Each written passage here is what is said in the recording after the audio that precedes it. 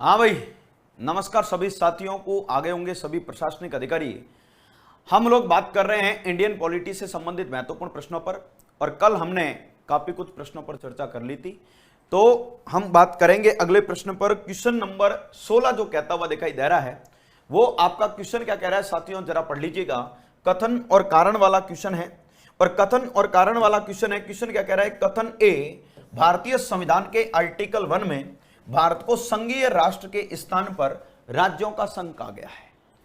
संघीय राष्ट्र के स्थान पर राज्यों का संघ कहा गया है। कारण क्या कह रहा है? भारतीय संघ इकाइयों से हुए समझौतों का परिणाम नहीं है, और इसमें घटक इकाइयों को संघ से अलग होने की स्वतंत्रता नहीं है।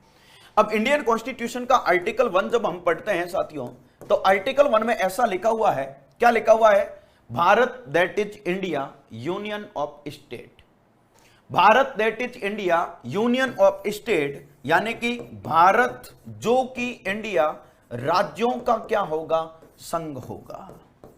भारत जो कि इंडिया राज्यों का क्या होगा साथियों? संघ होगा। ऐसा भारतीय संविधान का अनुच्छेद 1 कहता है। राज्यों का संघ है, न कि संघीय राष्ट्र है। तो बिल्कुल कथन तो सही है और कारण भी सही है।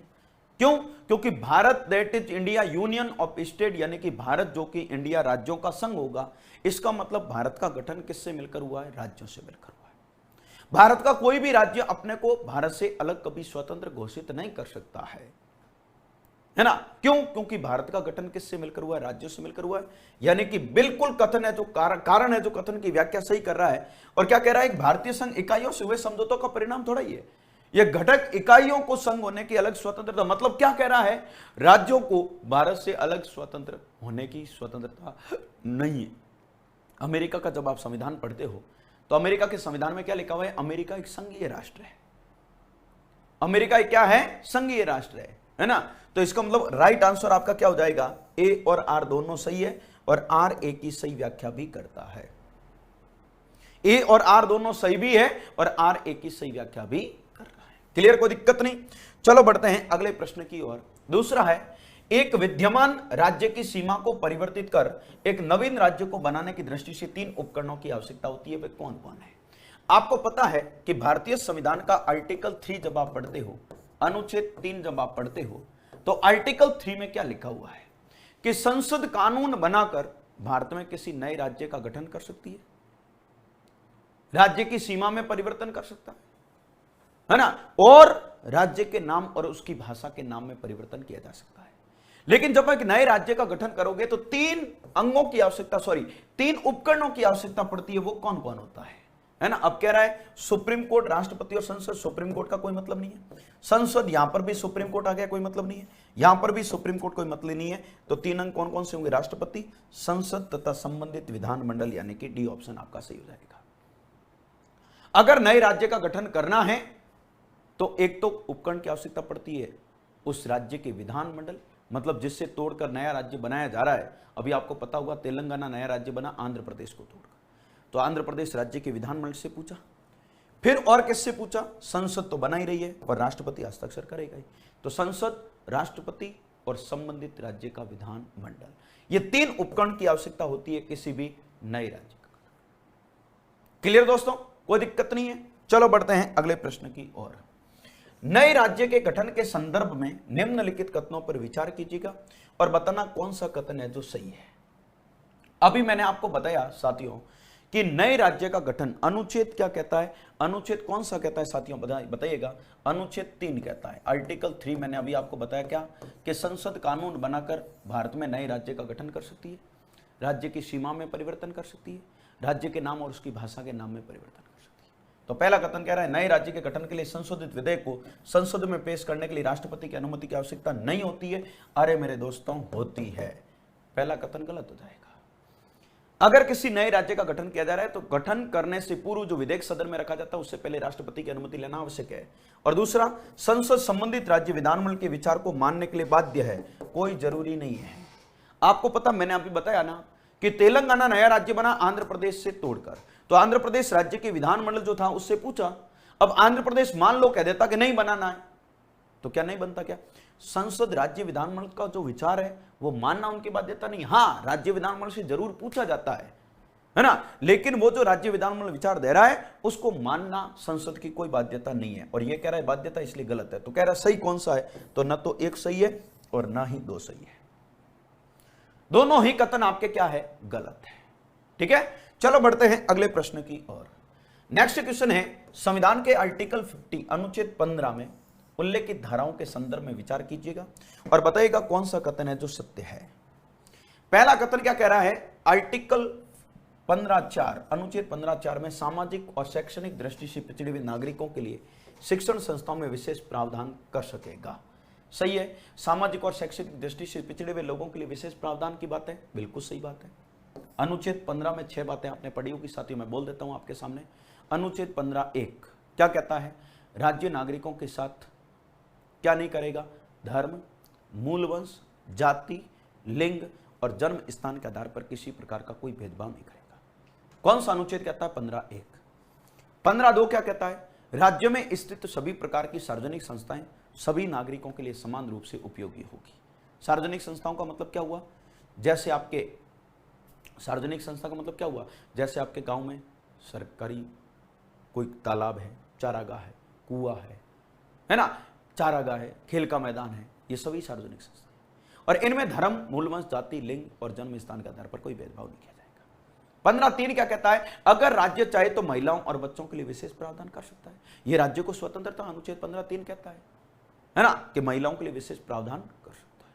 15(4) क्या कहता है, 15(4) पहले ही संविधान संशोधन के द्वारा जोड़ा और क्या कहा कि ऐसे लोग जो सामाजिक और शैक्षणिक दोनों ही दृष्टि से पिछड़े हुए, उनको लिए शिक्षण संस्थाओं में विशेष प्रावधान किया जा सकता है। मतलब 15(4) में अनुसूचित जाति, जनजाति और पिछड़े वर्गों के लिए आरक्षण की व्यवस्था की शिक्षण संस्थाओं में।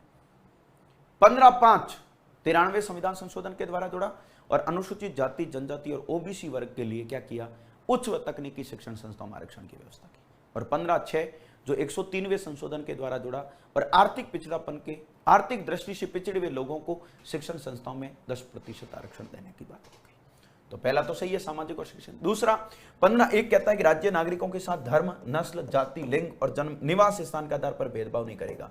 यह गलत है, क्योंकि निवास स्थान कह रहा है कोई मतलब नहीं है। मैंने कहा धर्म, नस्ल, अब नस्ल कह दूं, मूल वंश कह दूं, एक ही बात है। जाति, लिंग और जन्म स्थान के आधार पर, निवास स्थान के आधार पर। 93वें संविधान संशोधन अधिनियम के द्वारा राज्य पिछड़े वर्गों तथा अनुसूचित जाति, जनजाति उच्च और तकनीकी शिक्षण संस्थाओं में आरक्षण की व्यवस्था करेगा, बिल्कुल सही बात है। अभी मैंने बोला 15(5) में 93वें संशोधन के द्वारा लिखा। और संविधान का अनुच्छेद 15(2) यह प्रावधान करता है कि राज्य महिलाओं और बच्चों के लिए विशेष प्रावधान करेगा, गलत है। अरे राज्य महिलाओं और बच्चों के लिए विशेष प्रावधान करेगा, अनुच्छेद 15(3) कहता है, ना कि 15(2) कहता है। अब कह रहे हैं सही कौन सा है, तो सही तो साथियों 1 और 3 है। अब 1 और 3 कहीं दिख रहा है, बिल्कुल दिख रहा है, सी ऑप्शन आपका राइट हो जाएगा, है ना। कथन 2 और 4 गलत है, 1 और 3 सही है। ठीक है, कोई दिक्कत नहीं। चलो बढ़ते हैं अगले प्रश्न की ओर। संविधान के अनुच्छेद 14 के संदर्भ में निम्नलिखित कथनों पर विचार करो और बताओ कौन सा कथन सही नहीं है। आपको पता है साथियों, अनुच्छेद 14 में 2 प्रकार की विधियों का उल्लेख है। एक तो है विधि के समक्ष समानता। क्या, विधि के समक्ष समानता कहां से ली गई है, ब्रिटेन से। और दूसरी बात है विधि के समान संरक्षण। क्या है प्यारे साथियों, विधि के समान संरक्षण। और विधि के समान संरक्षण वाली बात हमने कहां से ली, आपको पता ही है, अमेरिका से। अब दोनों का ही अर्थ सुन लीजिएगा। विधि के समक्ष समानता का मतलब क्या हुआ कि राज्य कानून बनाकर 2 वर्गों या 2 नागरिकों के मध्य किसी प्रकार का भेदभाव नहीं करेगा। राज्य की नजर में सभी नागरिक समान हैं, यह तो कहता है विधि की समक्ष समानता। विधि के समान संरक्षण क्या कहता है, अगर राज्य चाहे तो कानून बनाकर वर्ग या किसी लोगों के लिए विशेष प्रावधान कर सकता है। जैसे राष्ट्रपति और राज्यपाल को अनुच्छेद 361 के तहत विशेष संरक्षण दिए गए कि नहीं दिए गए, कर सकता है राज्य। कौन सा अनुच्छेद कहता है, अनुच्छेद 14 ही कहता है, लेकिन विधि के समान संरक्षण वाली बात करता है। अब विधि के समक्ष समानता करता है कि राज्य समान लोगों के साथ समान व्यवहार करेगा। अरे गलत है ना भैया, आप कहते हो अभी विधि के समक्ष समानता करते, मैंने क्या कहता है, राज्य सभी के लिए समान, राज्य की नजर में सभी समान है। अभी समान लोग समान, अभी लोग तो एक समान नहीं हो सकते ना, कुछ हो सकता पिछड़े हुए, कुछ आगे बढ़े हुए, है ना। तो क्या आगे बढ़े हुए के लिए समान व्यवहार करें, पिछड़े वर्गों के लिए अलग से कानून नहीं, राज्य कानून बनाकर तो लोगों के मध्य भेदभाव कर ही नहीं सकता है। ये राज्य समान लोगों के साथ समान व्यवहार करेगा, ये गलत हो जाएगा।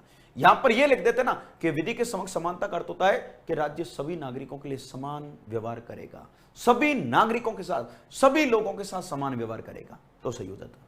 दूसरा, विधि के समान संरक्षण की अवधारणा इंग्लैंड से ली गई है ना, पर इसके अनुसार राज्य किसी भी व्यक्ति के साथ किसी भी प्रकार का कोई भेदभाव नहीं करेगा। अरे भैया यह भी गलत है ना, विधि के समान संरक्षण की अवधारणा इंग्लैंड से कहां ली गई है? आप क्या लिख रहे हो? विधि के समान संरक्षण तो अमेरिका से लिया गया है, ठीक है।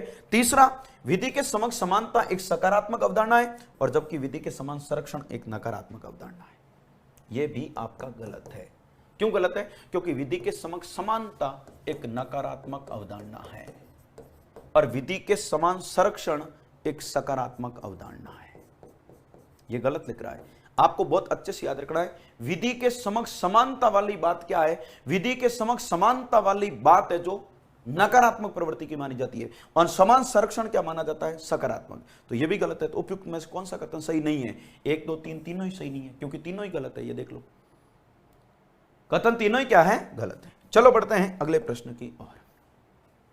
मौलिक अधिकारों के संदर्भ में निम्नलिखित में से कौन सा कथन सही है? पहला है, सामान्य वर्ग के आर्थिक दृष्टि से पिछड़े हुए लोगों के लिए 10% आरक्षण का प्रावधान किया गया है। बिल्कुल यस। 103वें संविधान संशोधन के द्वारा ईडब्ल्यूएस को आरक्षण दिया आर्थिक पिछड़ापन का कारण। संविधान के अनुच्छेद 16(2) में अंतर्गत राज्य किसी भी व्यक्ति के साथ धर्म, नस्ल, जाति, लिंग, जन्म स्थान के आधार पर लोक नियोजन के मामले में कोई भेदभाव नहीं करेगा। हाँ, नहीं करेगा, बिल्कुल अनुच्छेद 16(2) कहता है। राज्य लोकसभा में सभी के साथ समान व्यवहार करेगा, और 16(2) कहता है राज्य किसी भी व्यक्ति के साथ धर्म, नस्ल का मतलब मूल वंश समझ लेना, है ना, हाँ, हड़बड़ाहट पैदा मत करना, जाति, लिंग और जन्म स्थान के आधार पर। और अनुच्छेद 16(3) क्या कहता है? निवास स्थान के आधार पर भेदभाव किया जा सकता है। राष्ट्रपति कानून बनाकर लोक नियोजन के मामले में निवास स्थान के आधार पर प्राथमिकता दे सकता है।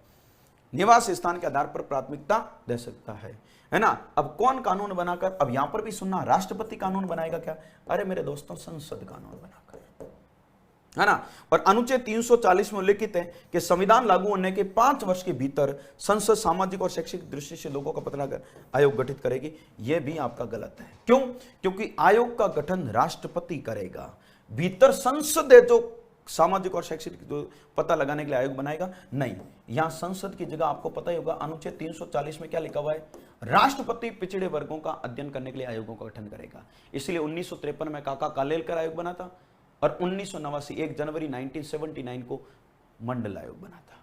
तो ये संसद नहीं करेगा, आयोग गठन राष्ट्रपति करेगा। अब कह रहे सही कूट का चयन कर दो, तो सही तो 1 और 2 ही है, तो ये लो 1 और 2, मतलब सी ऑप्शन आपका राइट हो जाएगा।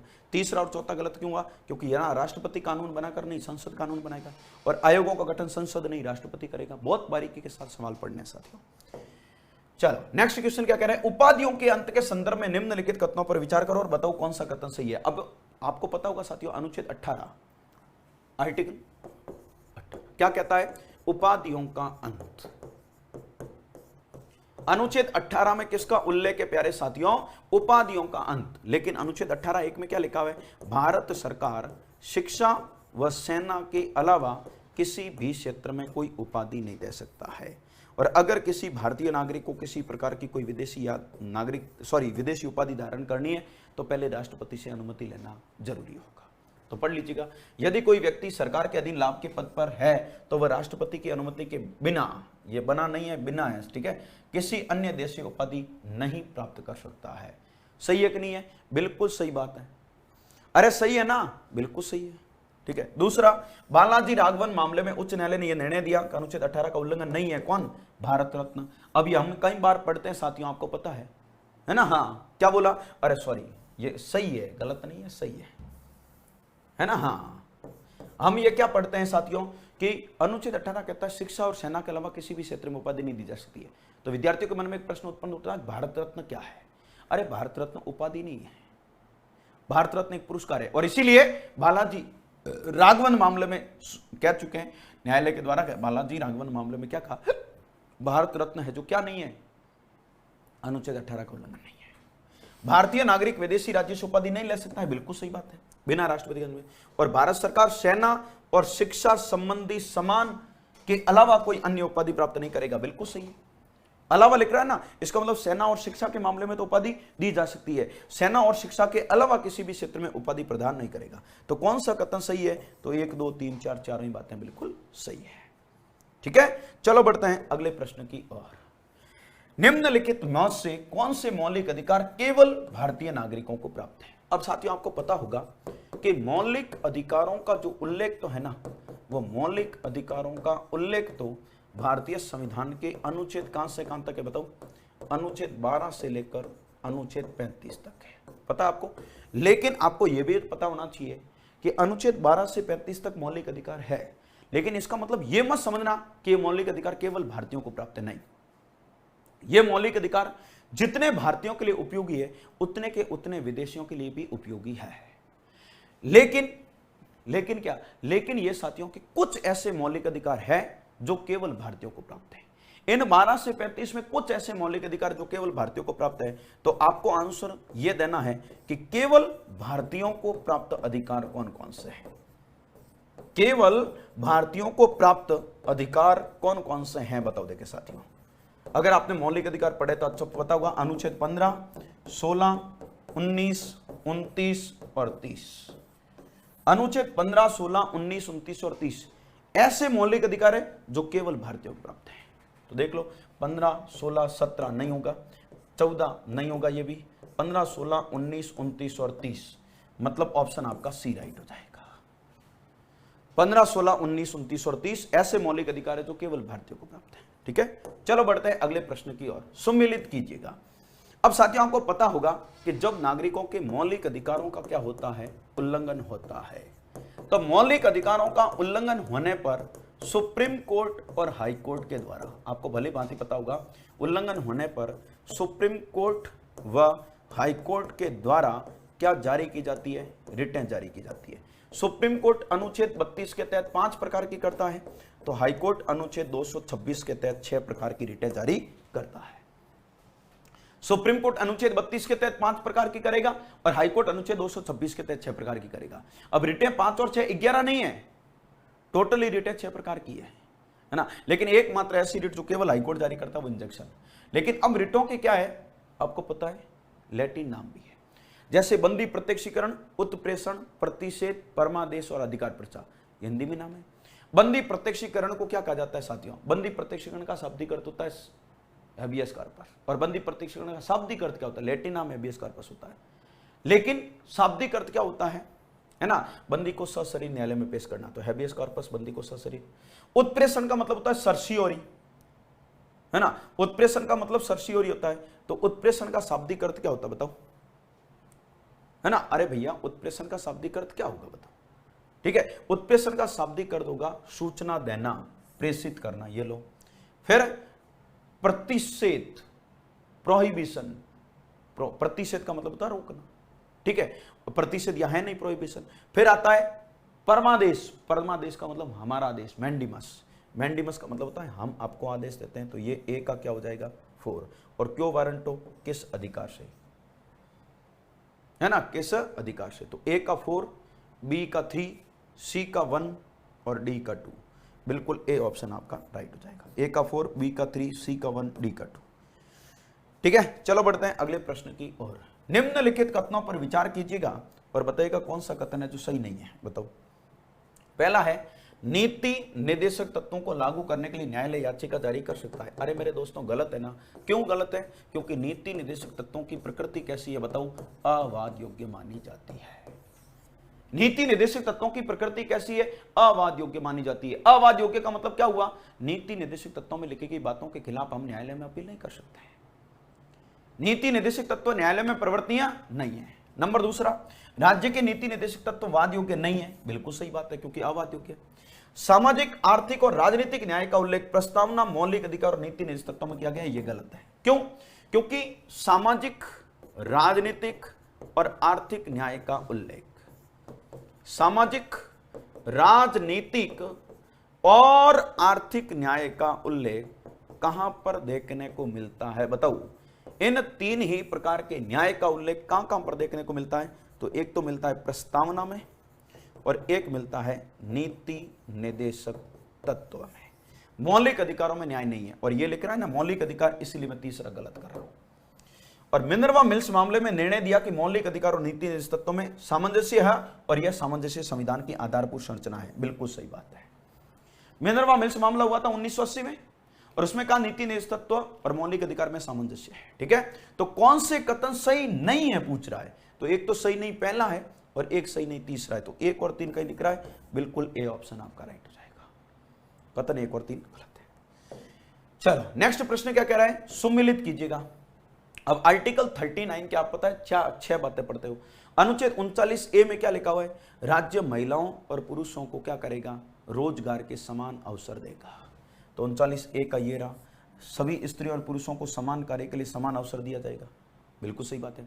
39B में क्या लिखा हुआ है ना, हाँ 39B में लिखा हुआ है साथियों कि राज्य संसाधनों का उपयोग या भौतिक संसाधनों का आवंटन इस तरीके से करेगा जिससे अधिकतम लोगों का अधिकतम कल्याण हो। ये लो, राज्य संसाधनों का उपयोग ऐसे करेगा जिससे अधिकतम लोगों का कल्याण हो।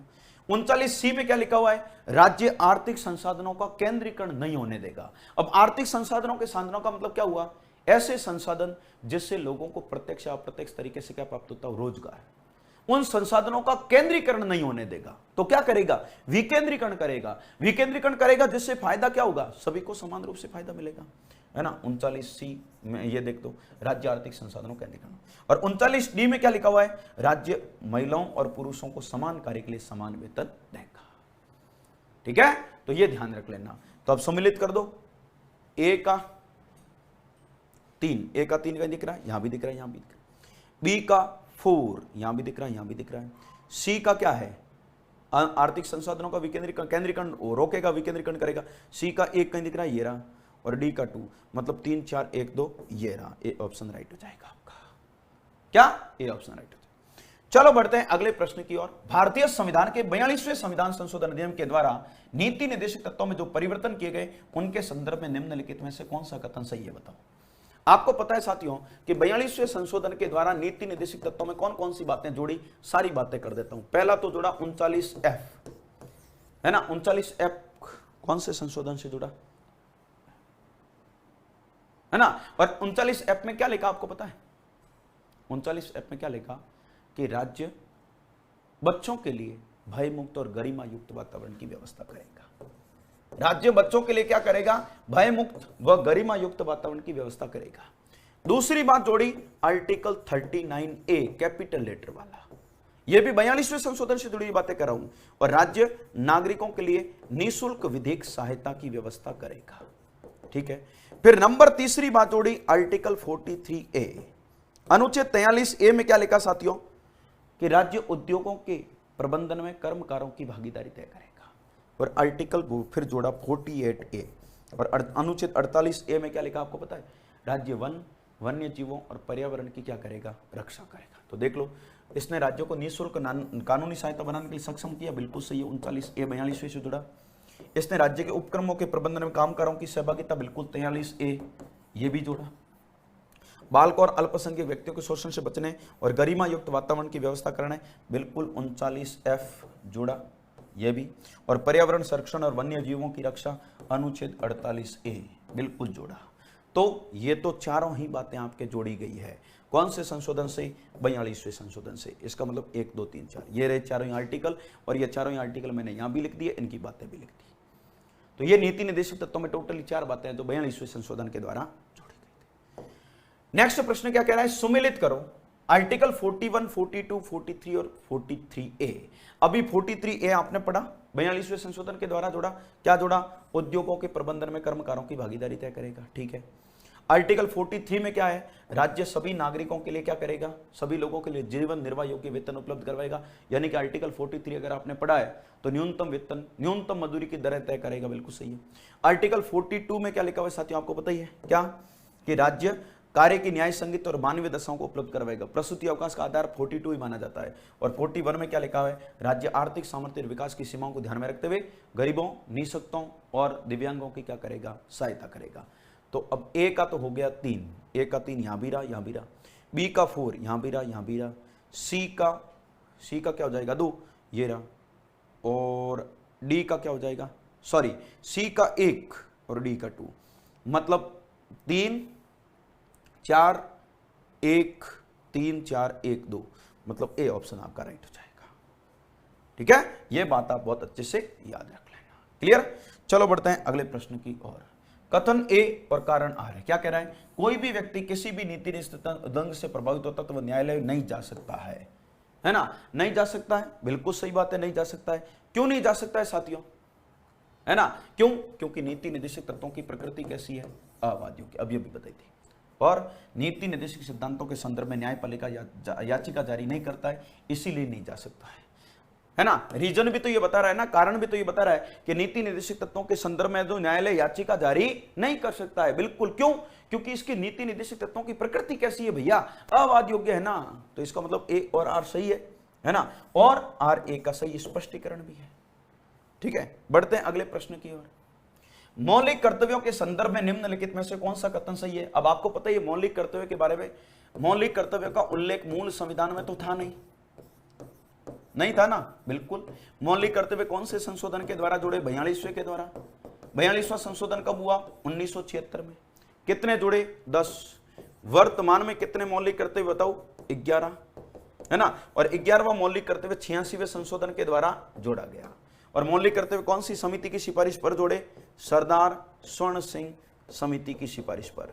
लेकिन सरदार स्वर्ण सिंह समिति ने कितने मौलिक कर्तव्य जोड़ने की सिफारिश की थी? 8। और इन मौलिक कर्तव्यों का उल्लेख संविधान के भाग कौन से में किया? 4A में। और इन मौलिक कर्तव्यों का उल्लेख आर्टिकल कहां से कहां तक क्या? अनुच्छेद 51 में है। अब देख लो, मूल संविधान में 10 मौलिक कर्तव्य थे, गलत है। अरे मूल संविधान में एक भी मौलिक कर्तव्य नहीं था। दूसरा, 42वें संविधान संशोधन के द्वारा 10 मूल कर्तव्य को जोड़ा गया, बिल्कुल सही है। सरदार स्वर्ण सिंह समिति ने संविधान में 8 मौलिक कर्तव्यों को जोड़ने का सुझाव दिया, बिल्कुल सही है। भारतीय संविधान में मौलिक कर्तव्यों को सोवियत संघ से होकर प्रेरित किया, बिल्कुल सही है। तो अब हमसे प्रश्न क्या पूछ रहा है? सही कथन कौन सा? तो 2 3 4 का दिख रहा है, बी ऑप्शन आपका राइट रहा। 2 3 4 सही। क्लियर? चलो बढ़ते हैं अगले प्रश्न की ओर। निम्नलिखित कथनों पर विचार करो और बताओ कौन सा कथन है जो सही है। पहला है, संसद विधि बनाकर राष्ट्रीय महत्व के स्मारकों और वस्तुओं को संरक्षण देगा। अब आपको पता है कि राष्ट्रीय महत्व के स्मारकों का संरक्षण करेगा भारतीय संविधान का आर्टिकल 49 कहता है, नीति निर्देशक तत्व है। लेकिन बहुत अच्छे से सुनना, एक एक लाइन को लिखा हुआ क्या है? संसद विधि बनाकर। लेकिन आपको पता है कि नीति निर्देशक तत्व लागू करना या ना करना किसकी इच्छा पर डिपेंड है? राज्य की इच्छा पर निर्भर है। तो सही आंसर क्या होगा? राज्य विधि बनाकर राष्ट्रीय महत्व के कानूनों को संरक्षण देगा। अरे भैया ये गलत है आपका। संसद कानून थोड़ा ही बनाएगा। कानून कौन बनाएगा? राज्य बनाएगा ना। अरे भैया कानून राज्य बनाएगा, इसलिए गलत है। संविधान का अनुच्छेद 50 में शक्तियों के पृथक्करण का आधार माना जाता है, बिल्कुल सही है। आपके तो शक्तियों का आधार क्यों है? क्योंकि अनुच्छेद 50 में लिखा हुआ क्या है कि राज्य कार्यपालिका और न्यायपालिका को, ध्यान से सुनना प्यारे दोस्तों, राज्य कार्यपालिका और न्यायपालिका को क्या करेगा? पृथक पृथक करेगा। कार्यपालिका और न्यायपालिका को क्या करेगा? अलग अलग करेगा। क्यों? क्योंकि जिससे भारत में स्वतंत्र और निष्पक्ष न्यायपालिका की स्थापना हो सके। तो भारत में स्वतंत्र और निष्पक्ष न्यायपालिका की स्थापना हेतु कार्यपालिका और न्यायपालिका को अलग अलग किया जाएगा। तो इसका मतलब क्या है? इसका मतलब यह है कि शक्तियों का पृथक्करण तो हो रहा है। और आर्टिकल 39A अभी मैंने बताया आपको कौन से संशोधन के द्वारा जोड़ा साथियों? 42वें के द्वारा। और आर्टिकल 39 में क्या लिखा कि राज्य सभी नागरिकों के लिए निःशुल्क न्याय और निःशुल्क विधिक सहायता की व्यवस्था करेगा, बिल्कुल सही बात है। तो पूछ रहा है सही कौन सा है? तो पहला गलत है, दूसरा और तीसरा सही है। दूसरा और तीसरा मतलब बी ऑप्शन आपका राइट है। दूसरा और तीसरा दोनों ही सही। चलो बढ़ते हैं अगले प्रश्न की ओर। निम्नलिखित में से कौन सा नीति निर्देशक तत्व 44वें संविधान संशोधन के द्वारा जोड़ा गया था? अब आपको पता होगा साथियों, आर्टिकल 38 में पहले तो लिखा हुआ क्या था? अनुच्छेद 38 में लिखा राज्य सामाजिक आर्थिक व राजनीतिक न्याय की व्यवस्था करेगा, है ना? ये तो मूल संविधान में आर्टिकल 38 में लिखा। और अनुच्छेद 38 में 44वें संशोधन के द्वारा क्या लिखा? अनुच्छेद 38 में लिखा कि राज्य क्या करेगा? नागरिकों के बीच आय की, प्रतिष्ठा की और सुविधाओं के जो अवसर की असमानता है, आय की असमानता है, सुविधाओं की असमानता है, प्रतिष्ठा की जो असमानता है, उसको समाप्त करेगा। तो पहला कथन आपका सही हो जाएगा। व्यष्टियों, समूह और आय की प्रतिष्ठा के बीच जो अवसरों की असमानता उसको समाप्त करेगा। तो ये है ना, ये बात 44वें संशोधन के द्वारा जोड़ी गई। न्याय पाने की निःशुल्क ये 42वें से, और उद्योगों के प्रबंधन में मजदूरों के भाग लेने का अधिकार 42वें से। और हमसे पूछा जा रहा है 44वें से, 44वें से एक ही होगा। और 44वां अमेंडमेंट कब हुआ? 1978 में। नेक्स्ट प्रश्न क्या है? निम्नलिखित में से राज्य के नीति निर्देशक सिद्धांत है संविधान निर्माताओं के मुख्य उद्देश्य। ये ऐसे सिद्धांत है जिनके द्वारा राज्य को अच्छा शासन चलाने के निर्देश दिए गए। ये ऐसे कल्याणकारी राज्य की स्थापना का आदर्श है जिनके अच्छे विचार के व्यक्तियों के द्वारा अपनाए जाते हैं। संविधान के भाग 3 में तो है नहीं, भाग 4 में पहला गलत हो गया। ये कल्याणकारी राज्य की स्थापना का आदर्श है, यहां तक तो ये सही है, लेकिन आगे गलत क्यों? क्योंकि नीति निर्देशक तत्वों के माध्यम से आपको पता ही है सामाजिक और आर्थिक लोकतंत्र की स्थापना की जाती है। नीति निर्देशक तत्व सामाजिक और आर्थिक लोकतंत्र के प्रतीक माने जाते हैं। राज्य में राजनीतिक लोकतंत्र की स्थापना मौलिक अधिकार के माध्यम से होती है। तो नीति निर्देशक तत्व एक लोक कल्याणकारी राज्य को स्थापित करने के बहुत अच्छे काम है, लेकिन अच्छे विचारों के लिए व्यक्तियों को अपनाया जाता है, ये राज्य अपनाता है, व्यक्ति नहीं अपनाता है। और ये सिद्धांत जिनके द्वारा राज्य को अच्छा शासन चलाने के निर्देश दिए, बिल्कुल सही बात है। तो ऑप्शन राइट क्या हो जाएगा? बी। अरे मेरे भाइयों, ऑप्शन राइट क्या हो जाएगा? बी हो जाएगा। क्लियर? चलो बढ़ते हैं अगले प्रश्न की ओर। पर्यावरण का संरक्षण और संवर्धन के संदर्भ में निम्नलिखित में से कौन सा कथन सही है?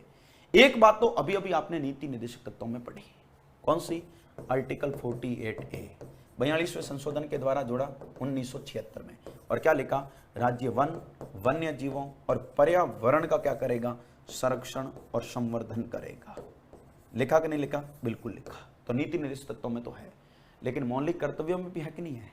अरे मौलिक कर्तव्य में क्या? आप नदी पढ़ते हो ना, नदी, नालों, झीलों, वन्य जीवों और पर्यावरण की रक्षा, पर्यावरण का क्या करना? संरक्षण करना।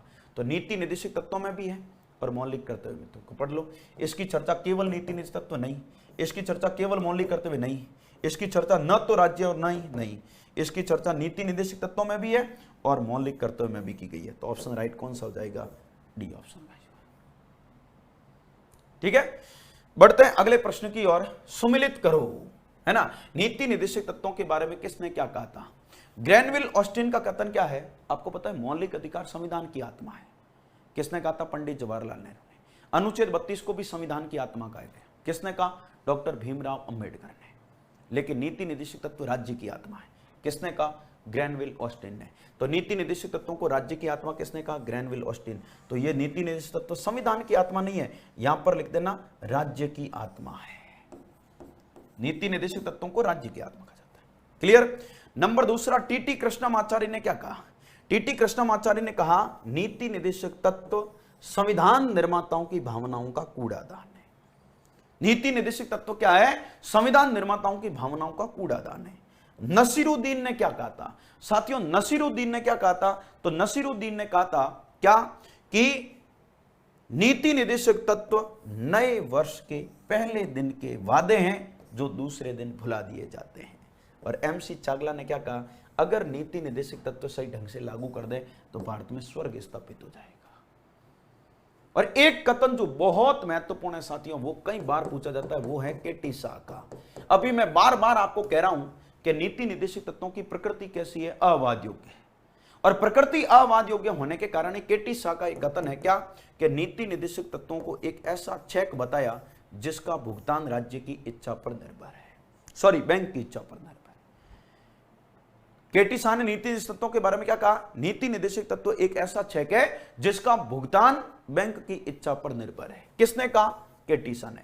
तो यह कथन बहुत अच्छे से याद रखना, किसने कौन सा कथन क्या कहा? ग्रैनविल ऑस्टिन का, टीटी कृष्णमाचार्य का, नसीरुद्दीन का, एमसी चागला का और केटी शाह का। ये सारे कथन आप बहुत अच्छे से याद रखना। तो सम्मिलित कर दो, पहले का 3, बी का 4, ठीक है, सी का 2, ठीक है, और डी का 1। ए ऑप्शन आपका राइट हो जाएगा। और एक केटी शाह का कथन यहां से याद रख लेना कि नीति निर्देशक तत्वों को एक ऐसा चेक बताया जिसका भुगतान बैंक की इच्छा पर निर्भर है। चलो बढ़ते हैं अगले प्रश्न की ओर। मौलिक कर्तव्यों के संबंध में निम्नलिखित कथनों पर विचार करो। मौलिक कर्तव्य भारतीय नागरिकों और विदेशी नागरिकों दोनों को प्राप्त है। अरे मेरे भाइयों, मौलिक कर्तव्य केवल भारतीयों की नैतिकता कहती है। मौलिक कर्तव्य का पालन केवल भारतीय नागरिकों की नैतिकता कहती है, विदेशी क्यों पालन करेंगे बताओ? मौलिक कर्तव्य गैर न्यायोचित गैर प्रवृत्ति होते हैं, अर्थात उनके उल्लंघन के मामले में सरकार द्वारा कोई कानूनी प्रतिबंध नहीं लगाया जा सकता है। बिल्कुल सही है। क्यों?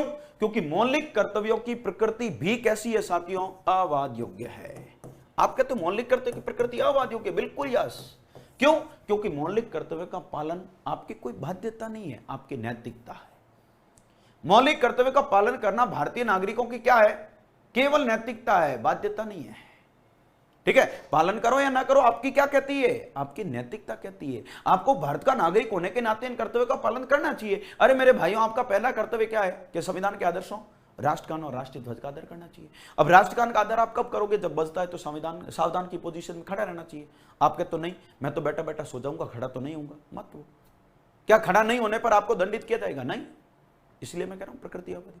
अब आप कहते हो राष्ट्रीय ध्वज का आदर कब, राष्ट्रीय पर्व पर राष्ट्रीय ध्वज को फहराना चाहिए, आदर है ना। लेकिन आप कहोगे हम तो राष्ट्रीय ध्वज का अपमान करोगे तो दंडित किए जाओगे। अब अपमान किया तो दंडित किया, इस चक्कर में आप प्रकृतिवादियों की मत मान लेना। अपमान किया तो दंडित किया ना, आपको राष्ट्रीय ध्वज का आदर नहीं करने का आरोप में दंडित थोड़ा ही किया। इसलिए ये ठीक है। तो कौन सा कथन सही है, तो केवल दूसरा सही है। ठीक है, बढ़ते हैं अगले प्रश्न की ओर। भारतीय संविधान के अंतर्गत निम्नलिखित में से कौन से मौलिक कर्तव्य है? प्राणी मात्र के प्रति दया भाव रखना नहीं है। सामाजिक अन्याय से कमजोर, प्राणी मात्र के प्रति दया भाव रखना मौलिक कर्तव्य है कि नहीं, बताओ। प्राणी मात्र के प्रति दया भाव रखना मौलिक कर्तव्य है। हाँ, मैंने सोचा सामाजिक अन्याय से कमजोर वर्गों की रक्षा करना नहीं है। सार्वजनिक संपत्ति को सुरक्षित रखना है ना। राष्ट्रीय महत्व के स्मारकों को संरक्षण देना, अरे भैया ये राष्ट्रीय महत्व के स्मारकों को संरक्षण देना नीति निर्देशक तत्व है। थोड़ा सा ढंग से समझ लेना इसको बहुत अच्छे से। अब ये मत कहना कि ये भी तो मौलिक कर्तव्य है। अरे भैया नीति निर्देशक तत्व है, राष्ट्रीय महत्व के स्मारकों को संरक्षण देना हमारा कर्तव्य। हम कोई संरक्षण देंगे क्या उनको? हाँ, सार्वजनिक संपत्ति की रक्षा करना हमारा मौलिक कर्तव्य है, लेकिन उनको संरक्षण देना तो राज्य का दायित्व है। देश के लोगों में समरसता और भ्रातृत्व की भावना का निर्माण करना बिल्कुल मौलिक कर्तव्य है। तो 1, 3, 5 कहीं दिख रहा है क्या? बिल्कुल दिख रहा है। बी ऑप्शन आपका राइट हो जाएगा। 1, 3 और 5 बिल्कुल सही है। ठीक है, और अब आपका ये प्रश्न जो क्या कहता हुआ दिखाई दे रहा है साथियों, मौलिक कर्तव्य कर्मानुसार है ना। तो अब देख लो, कर्मानुसार यानी कि मौलिक कर्तव्य के बारे में ऐसे प्रश्न कई बार पूछे जाते हैं। एक तो पूछता है कौन सा मौलिक कर्तव्य नहीं है, और एक कहता है मौलिक कर्तव्य कर्मानुसार। और या फिर आरएस प्री 2013 के पेपर में आपने देखा था, किसने क्या पूछा, भारत की एकता अखंडता को अशुष्ण बनाए रखेगी, कितने नंबर का मौलिक कर्तव्य? तो एक तो कर्मानुसार है, ये कितने नंबर का है, कौन सा मौलिक कर्तव्य नहीं है। ऐसे प्रश्नों को हल करने के लिए हमको क्या करना पड़ेगा साथियों, सारे के सारे मौलिक कर्तव्य कर्मानुसार याद करने पड़ेंगे। अगर आपने 11 के 11 मौलिक कर्तव्य कर्मानुसार याद कर दिए ना, तो फिर ऐसे प्रश्न आ जाए तो भी हम डरने वाले नहीं है। तो कर्मानुसार कर दो। हमारी समग्र संस्कृति की विरासत को महत्व देना, सुरक्षित करना, व्यक्तिगत और सामूहिक गतिविधियों से सभी क्षेत्रों में उत्कृष्टता के प्रयास करना ताकि राष्ट्र लगातार उच्च स्तर की उपलब्धियां, संविधान का पालन करना, उसके आदर्शों संस्थाओं राष्ट्रीय ध्वज, ये 1 नंबर का मौलिक कर्तव्य। भारत की संप्रभुता एकता अखंडता को बनाए रखना, यह 3 नंबर का मौलिक कर्तव्य। तो सबसे पहले 3 आएगा, उसके बाद 4 आएगा। ठीक है, 3, 4, 1, 2 मतलब बी ऑप्शन आपका राइट हो जाएगा। कौन सा ऑप्शन राइट हो जाएगा? बी। ठीक है, ओके।